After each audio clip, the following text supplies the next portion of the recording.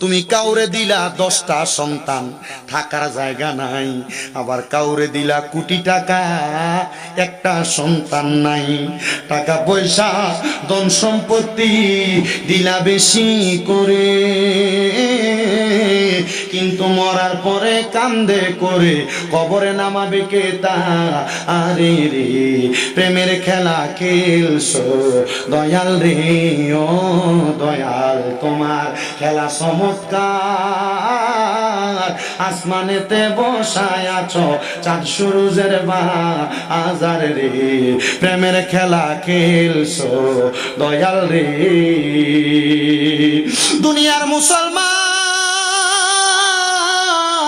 ও ড্যাংপাড়ার বাবারা, পর্দার অন্তরালের মা, কত মহিলারা গর্ভে সন্তান আসে না কান্দে।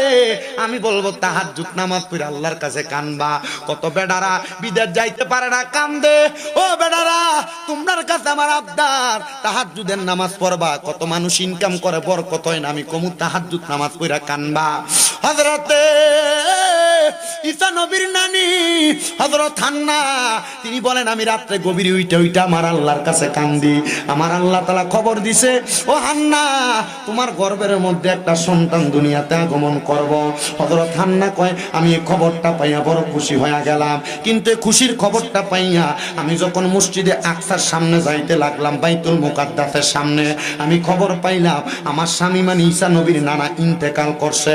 এবার হান্না কয়, ও আল্লাহ এতদিন আমার স্বামী ছিল, সন্তান পালন করার যোগ্যতা দিছিলা, এখন আমার স্বামী নাই, আমি কেমনে আমার সন্তানটারে লালন পালন করব? কে খাওয়াইবো, কে পড়াইবো? আপনারা বলেন রিজিক দিতে পারে একজন, তিনি কি? আল্লাহু খায়রুর রাযিকিন, আল্লাহ হইল উত্তম রিজিক দাতা, উত্তম রিজিক দাতা। এ মুসলমানের দলেরা, এ নবীর উম্মতের দলেরা, এবার হযরত হান্না বলে, আমার সন্তান দুনিয়াতে আসবে, স্বামী ইন্তেকাল করছে। যখন আমার সন্তান ইন্তেকাল করার কয়েকদিন পরে আমার সন্তান আগমন করলো।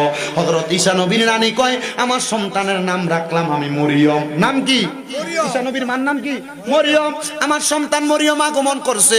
আমি হযরত মরিয়ম রে আমার কুলের মধ্যে নিয়া আমি চিন্তা করলাম, কে আমার সন্তানকে লালন পালন করবে?